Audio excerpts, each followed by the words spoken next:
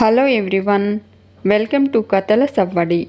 ఈ వీడియోలో నేను ఒక అందమైన ముగ్గు వేస్తూ మీకు ఒక ఆసక్తికరమైన కథను షేర్ చేస్తున్నాను. ఇందిర, గణేష్ తనను చూశాడు, సరాసరి ఇంటికే వెళ్ళాడు అని సుధాకర్ చెప్పడంతో కంగారు పడుతూ సుధాకర్తో నేను వెంటనే వెళ్ళాలిరా తమ్ముడు అంటుంది. సుధాకర్ అందరూ వినేలా ఇందిరతో నువ్వు ఆటోలో ఇంటికి వెళ్ళు, భోజనం ఏర్పాట్లు చెయ్యి, వీళ్ళని తీసుకుని ఇంటికి వస్తాను అంటాడు.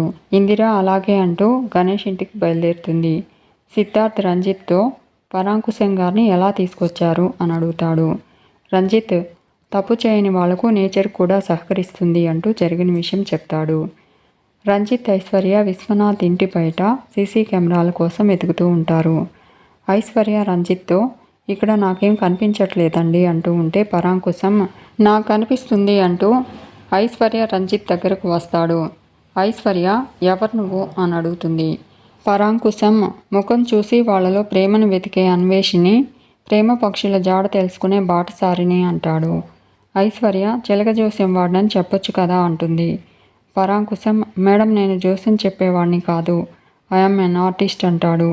రంజిత్ ఇక్కడ నీకేం పని అని అడుగుతాడు.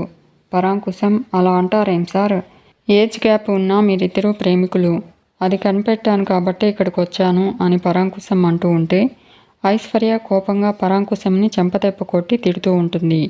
పరాంకుశం కింద పడడంతో అతని బ్యాగ్లో ఉన్న పెయింటింగ్ కింద పడుతుంది. రంజిత్ ఆ పెయింటింగ్ తీసుకుని అందులో ఉన్న ప్రేరణ సిద్ధార్థులను చూస్తాడు. ఐశ్వర్య పరాంకుశంని తిడుతూ ఉంటే ఐశ్వర్యను ఆగమని చెప్పి ప్రేరణ సిద్ధార్థ్ పరాంకుశంకి ఎలా తెలుసు అని అడుగుతాడు.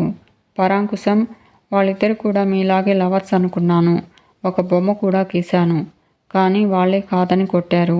వాళ్లకు ఎలాగైనా ఈ పెయింటింగ్ అమ్మాలని తిరుగుతున్నాను, మీరేమో కొట్టేస్తున్నారు అంటాడు. రంజిత్ వాళ్ళు ఇక్కడ చదువుకుంటున్నారని నీకెలా తెలుసు అని అడుగుతాడు. పరాంకుశం నిన్న వాళ్ళను ఫాలో అవుతూ ఇక్కడికి వచ్చాను సార్, నాకు లవర్స్ని వీడియో తీసి అప్లోడ్ చేయడం అలవాటు, వీడియో కూడా తీశాను, కానీ వాళ్ళేదో రాసుకుంటున్నారు, వాళ్ళు ఒక పొడుపు కథ పొడిచారు సార్, అది విప్పితే ఈ పెయింటింగ్లు కొంటామన్నారు, వాళ్ళు బయటకు వస్తే పెయింటింగ్లు అమ్మాలనుకున్నాను, కానీ వాళ్ళు బయటకు రాలేదు, చూసి వాళ్ళని డిస్టర్బ్ చేయడం ఇష్టం లేక నేనే వెళ్ళిపోయాను సార్ అంటాడు పరాంకుశం. ఐశ్వర్య నువ్వు చెప్పేది నిజమా అని అడుగుతుంది. పరాంకుశం వీడియో తీశానని చెప్తున్నాను కదా మేడం, కావాలంటే మీరే చూడండి అంటూ తన ఫోన్లో వీడియో చూపెడతాడు. రంజిత్, ఐశ్వర్య పరాంకుశంని కోర్టుకు తీసుకుని వస్తారు. రంజిత్ జరిగిన విషయం చెప్పడంతో సిద్ధార్థ్ పరాంకుశం గారు టైంకి ఇక్కడికి రావడం మనందరి లక్ అంటాడు. పరాంకుశం గర్వంగా ఫీల్ అవుతాడు. ఐశ్వర్య అదేం కాదు, నేను మా ఓనర్ గారు టైంకి అక్కడికి వెళ్ళాము అంటుంది. పరాంకుశం కానే కాదు అంటూ వీళ్ళు మీకోసం అక్కడికి వెళ్ళే టైంలో నేనే అక్కడికి వచ్చాను, అది అక్కడ ఇంపార్టెంట్ అంటాడు. ప్రేరణ ఏదైతే నేను పరాంకుశం గారు మీరు మాకు చాలా హెల్ప్ చేశారు, మీ మేలు మర్చిపోలేము అంటుంది. సిద్ధార్థ్ ఎన్నిసార్లు మీకు థ్యాంక్స్ చెప్పినా తక్కువే పరాంకుశం గారు అంటూ థ్యాంక్ యూ సో మచ్ అంటాడు. పరాంకుశం థ్యాంక్స్ చెప్తే సరిపోదు అంటూ ఉంటే ప్రేరణ నువ్వు వేసిన పెయింటింగ్స్ కొనాలి అంతేగా అంటుంది. సిద్ధార్థ్ ఇప్పుడే కొనేస్తామంటాడు. పరాంకుశం అక్కర్లేదు అంటూ మీరు నాకు ఒక పొడుపు కథ పొడిచారు గుర్తుందా అని అడుగుతాడు. దాని జవాబేంటో శోధించి సాధించాను, అది చెప్తామని మిమ్మల్ని వెతుక్కుంటూ వచ్చాను అంటాడు. అడవిలో ఒక చిన్న గని, ఆ గనికి చాలా గదులు, గదికి ఒక సిపాయి, సిపాయికో తుపాకీ, దాని ఆన్సర్ తేనెపట్టు అంటాడు. ప్రేరణ ఇవారే జీనియస్ అంటుంది. పరాంకుశం మరేం అనుకుంటున్నారు, అంకుశం పరాంకుశం అంటే అంటాడు. సిద్ధార్థ్, ప్రేరణ నవ్వుతూ ఉంటారు. సిద్ధార్థ్ ఇక తను బయలుదేరుతాను అని చెప్పి వెళ్ళిపోతాడు. సుధాకర్ ఆటో తెస్తాను అంటూ ఉంటే ఐశ్వర్య ఎందుకు మామయ్య ఆటో దండగా, మన ఓనర్ గారి కారుంది కదా అంటుంది. రంజిత్ నేను మీ అక్కను కేసులో నుంచి బయటకు తీసుకురావడానికి వచ్చాను, మిమ్మల్ని కారులో ఇంటికి తీసుకెళ్ళడానికి కాదు అని చెప్పి రంజిత్ వెళ్ళిపోతాడు. పరాంకుశం కూడా వెళ్ళిపోతాడు. సుధాకర్ ప్రేరణ ఐశ్వర్యలను ఇంటికి తీసుకెళ్లేందుకు ఆటో కోసం బయలుదేరుతాడు. సిద్ధార్థ్ కోర్టు నుంచి వెళ్ళిపోతూ ఉంటాడు. కారులో ఉన్న విజయానంద్ సిద్ధు అని పిలుస్తూ కారు దిగి నీకోసమే వెయిట్ చేస్తున్నాను అని చెప్పి సిద్ధార్థ్ దగ్గరకు వస్తాడు. సిద్ధార్థ్ నేను క్లీన్ చిట్తో బయటకు వస్తానా రానా అని చూస్తున్నావా అని అడుగుతాడు. విజయానంద్ నువ్వు జైలుకు వెళ్ళాలని కోరుకునేవాడినైతే స్టేషన్కి ఎందుకు వస్తాను? బెయిల్ ఇవ్వాలని ఎందుకు ట్రై చేస్తాను? చివరి నిమిషంలో కూడా నిన్ను బయటకు తీసుకురావాలని ప్రయత్నించాను. నీకోసం ఇలా కోర్టు బయట వెయిట్ చేయను అంటాడు. సిద్ధార్థ్ కోర్టు దాకా వచ్చి నేను బయటకు వచ్చాను కాబట్టి నన్ను కాపాడానని క్లెయిమ్ చేసుకోవడానికా, లేక నీ గొప్పతనాన్ని మా అమ్మ ముందు చాటుకోవడానికా అని అడుగుతాడు. విజయానంద్ నిజంగానే నిన్ను కాపాడడానికి వచ్చాను సిద్ధు అంటాడు. సిద్ధార్థ్ నిన్ను నమ్మాల్సిన అవసరం నాకు లేదు అంటాడు. విజయానంద్ నీ నమ్మకం నాకు అవసరం లేదు, కానీ మీ అమ్మ నీ మీద బెంగ పెట్టుకుని అన్నం తినకుండా బాధపడుతుంది. నువ్వు ఈ కేసులో నుంచి బయటకు వచ్చావని తన ముందు నిలబడి చెప్తే కానీ తన మామూలు మనిషి కాదు.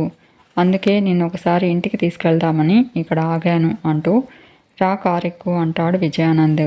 సిద్ధార్థ్ కోపంగా ఉండడం చూసి విజయానంద్ నేను పిలిస్తే నువ్వు రావని నాకు తెలుసు అంటూ మంజుకు ఫోన్ చేసి సిద్ధు బయటకు వచ్చాడు అని మంజుకు చెప్తాడు. సిద్ధార్థతో మాట్లాడమంటాడు. మంజు సిద్ధార్థతో తను సిద్ధార్థని ఒకసారి చూడాలి, మాట్లాడాలి అంటూ ప్లీజ్ ఒకసారి ఇంటికి రా, త్వరగా వచ్చేయి అంటుంది మంజు. విజయానంద్ ఫోన్ ఆఫ్ చేసి సిద్ధార్థతో ఇప్పటికైనా నాతో వస్తావా అని అడుగుతాడు. సిద్ధార్థ్ నీతో రాను, నీకోసం అస్సలు రాను, మా అమ్మ కోసం వస్తాను, ఆటోలో వస్తాను అని చెప్పి వెళ్ళిపోతూ ఉంటాడు. ప్రేరణ సిద్ధార్థని చూసి సిద్ధు విజయానంద్తో మాట్లాడుతున్నాడేంటి అని అనుకుంటుంది. అప్పుడిప్పుడు గొడవ పడ్డాడు, ఇప్పుడు ఇక్కడ కోర్టు దగ్గర ఎందుకు కలిశారు అని అనుకుని ప్రేరణ వెళ్ళిపోతుంది. ఇక గణేష్ కోపంగా ఇంటికి వెళ్ళి ఈశ్వర్ని పిలుస్తూ ఇందిర కోసం ఇల్లంతా వెతుకుతూ ఈశ్వరి రావడంతో ఆ పని మనిషి ఎక్కడా అని అడుగుతాడు. అది ఇంట్లో ఉందో లేదో చూసి ఫోన్ చేయమన్నాను కదా, మరి చేయలేదేంటి? అది ఇంట్లో లేదు, ఎక్కడికి వెళ్ళింది అని అడుగుతాడు. ఈశ్వరి నీకు నేను ఫోన్ చేస్తూ ఉంటే కలవట్లేదు అంటుంది. గణేష్ పని మనిషి ఇంట్లో లేదేంటి అని అడుగుతూ ఉంటే ఇందిర కాఫీ తీసుకుని వచ్చి ఇక్కడున్నాను బాపు అంటుంది. గణేష్ నువ్వు ఇప్పుడు ఎక్కడి నుంచి వచ్చావు అని ఇందిరని అడుగుతాడు.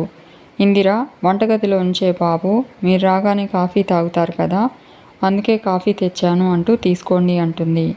గణేష్ ఇందాక నేను చూసినప్పుడు నువ్వు కిచెన్లో లేవు కదా అని అడుగుతాడు. ఇందిర బాత్రూంలో బట్టలు తూతున్నాను బాబు, మీరు చూసుండరు అంటుంది.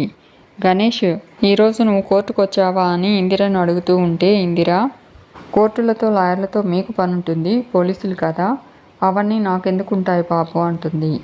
ఈశ్వరి గణేష్తో ఫోన్ చేసి గంగ ఇంట్లో ఉందా అని ఎందుకు అడిగావు అని అడుగుతుంది. గణేష్ ఈవిడలాగే కోర్టు దగ్గర ఒక ఆవిడ కనిపించిందమ్మా అంటాడు. ఈశ్వరి నువ్వు ఏదో ఆలోచిస్తూ ఏదో చేస్తున్నావో, ఎవరిని చూసి ఎవరనుకుంటున్నావో, గంగ అక్కడ ఎందుకు ఉంటుంది అని అడుగుతుంది. ఇందిర అదే కదా మేడం, నాకు కూడా వింతగానే ఉంది అని అంటుంది. ఈశ్వరి సర్లే నువ్వు వెళ్ళి పని చూసుకోపో అంటుంది. ఇందిర కాఫీ చల్లారిపోతుంది, తాగమని గణేష్కి చెప్పి వెళ్ళిపోతుంది. ఇక ఈశ్వరి గణేష్తో ఇంతకీ వాళ్ళ కేసు ఏమైంది, నువ్వు అనుకున్నట్టు శిక్ష పడిందా అని అడుగుతుంది. గణేష్ లేదమ్మా అంటాడు. లాస్ట్ మినిట్లో బలమైన సాక్ష్యం తీసుకొచ్చి తప్పించుకున్నారు అంటాడు. ఈశ్వరి ప్రతిసారి దాన్ని ఏదో చేయాలని ఇలా దెబ్బతినడం కాదు, ఏదైనా చేస్తే అది మళ్ళీ తిరిగి కోలుకోకూడదు, అలా ఉండాలి నీ ప్లాన్ అని చెప్పి ఈశ్వరి వెళ్ళిపోతుంది. సిద్ధార్థ్ మంజు కోసం విజయానంద్ ఇంటికి వస్తాడు.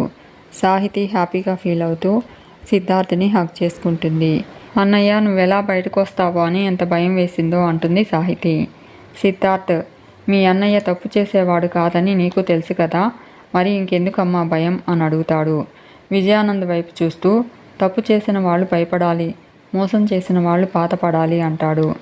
సాహితి లోపలికి రమ్మంటూ ఉంటే సిద్ధార్థ్ లోపలికి అడుగు వేయబోతూ ఆగిపోతాడు. అప్పుడే మంజు సిద్ధార్థ్ దగ్గరకు వస్తుంది. సిద్ధార్థ్ ఎందుకమ్మా రమ్మన్నావు అని అడుగుతాడు. ఈ అమ్మకు నేను చూడాలని, నీతో మాట్లాడాలని అనిపించదా?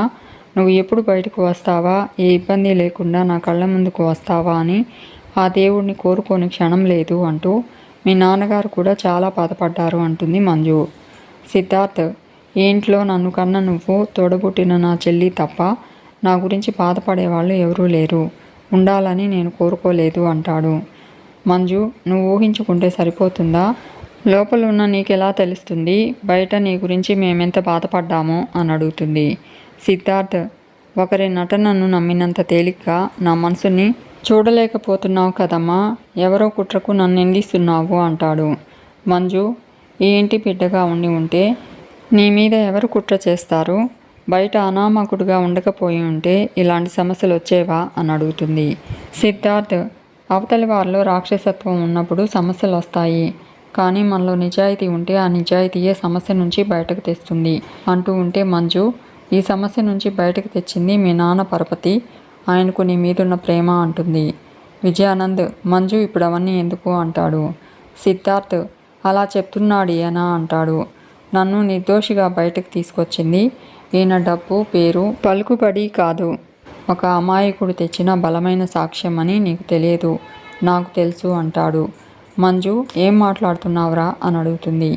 సిద్ధార్థ్, ఒకవేళ ఇలాంటి వాళ్ళ సహాయం తీసుకోవాల్సి వస్తే జీవితాంతం జైల్లోనే ఉండేవాడిని, ఈయన గారి పేరుని వాడుకునేవాడిని కాదు, నీకు తెలిసే ఉంటుంది కదమ్మా అంటాడు. మంజు, ఆయన అవసరం నీకు లేకపోవచ్చు, కానీ నీ భవిష్యత్తు నాకు కావాలి, ఏదో ఒక రోజు నువ్వు చేస్తున్న తప్పేంటో, నువ్వు కోల్పోయేదేంటో నీకు అర్థమవుతుందిరా, అప్పుడు నువ్వు పశ్చాత్తాపడతావు అంటుంది. సిద్ధార్థ్, నువ్వు కోరుకున్నది జరగాలని నన్నే కాదు ఆ దేవుడిని కూడా అడగకమ్మా, ఎందుకంటే ఆయన కూడా ఒప్పుకోడు అంటూ సాహితీ పిలుస్తున్నా వినిపించుకోకుండా సిద్ధార్థ్ వెళ్ళిపోతాడు. ఇక ఇందిర, ప్రేరణ, ఐశ్వర్య రంజిత్కి సంతోషంగా వడ్డిస్తూ ఉంటారు. రంజిత్, ఎందుకు ఈ హడావిడి అని అడుగుతాడు. ఇందిర, కృతజ్ఞత బాబు అంటుంది. మీరు సహాయం చేయకపోయి ఉంటే నా బిడ్డ జీవితం ఏమయ్యేదో తలుచుకుంటేనే భయం వేస్తుంది అంటుంది ఇందిర. రంజిత్, అది తప్పుడు కేసు అని మీకే కాదు ఆ నేచర్కు కూడా తెలుసు, అందుకే టైం అనుకూలించి మీ అమ్మాయి బయటకు వచ్చింది, ఇందులో నేను చేసింది ఏముంది అని అడుగుతాడు. ప్రేరణ, ఎంత నేచర్ అనుకూలించినా ఆ టైంకి మమ్మల్ని నమ్మిన వాళ్ళు, మా గురించి ఆలోచించే వాళ్ళు ఉండాలి కదా సార్, అది మీరు చేశారు, చాలా థ్యాంక్స్ సార్ అంటుంది. ఇందిర, అవును బాబు, మీరు నిర్లక్ష్యం చేసి ఉంటే నా కూతురి కలలు చెదిరిపోయేవి, దాని జీవితమే నాశనమైపోయేది, మీ రుణం తీర్చుకోలేం బాబు అంటుంది. ఐశ్వర్య, పప్పు వేయమంటారా అని అడిగి రంజిత్ సీరియస్గా చూడడంతో వద్దులేండి అంటుంది. రంజిత్, నన్ను అంతలా పొగిడి గొప్పవాడిని చేయకండి, ఇందులో నా స్వార్థం కూడా ఉంది, నా ఇంట్లో అద్దెకుండే వాళ్లకు క్లీన్ చిట్ ఉండాలి, తప్పు చేసేవాళ్ళు, తప్పుగా ఆలోచించేవాళ్ళు నా ఇంట్లో ఉండరని నా నమ్మకం, ఆ నమ్మకం నిజం కావాలి అంటే మీ అమ్మాయి తప్పు చేయలేదని రుజువు కావాలి, అందుకే ఇదంతా చేశాను అంటాడు. చూడండి, నేనేదో హెల్ప్ చేశానని, మీరు మంచి వాళ్ళని సర్టిఫికేట్ ఇచ్చానని అవకాశంగా తీసుకుని నా రూల్స్ బ్రేక్ చేసినా, నా కండిషన్స్ని కాదన్నా నేను అస్సలు ఊరుకోను, ముఖ్యంగా నువ్వు అంటూ ఐశ్వర్యతో అంటాడు. ఐశ్వర్య, ప్రత్యేకంగా నాకు మాత్రమే ఎందుకు చెప్తున్నారు అని అడుగుతుంది. రంజిత్, తప్పుకి నీకు, వెర్రికి నీ మనసుకి చాలా దగ్గర సంబంధం ఉంది కాబట్టి అంటాడు. రంజిత్ మాటలకు ఇందిర నవ్వుకుంటుంది. ఐశ్వర్య అలాగా అనుకుంటూ రేపు కాఫీలో కారం కలిపి తాగిస్తాను చూడు అనుకుంటుంది. రంజిత్తో, పప్పు వేయమంటారా సార్ అని అడుగుతుంది. ఇందిర, ఉండవే, బాబుని తిననివ్వు అంటుంది. రంజిత్తో, మీరు తినండి బాబు అని అంటూ ఉంటే ఐశ్వర్య రంజిత్ని కోపంగా చూస్తూ ఉంటుంది. మీకు ఈ వీడియో నచ్చితే లైక్ చేయండి, షేర్ చేయండి, తప్పకుండా సబ్స్క్రైబ్ చేసుకోండి. Thanks for watching.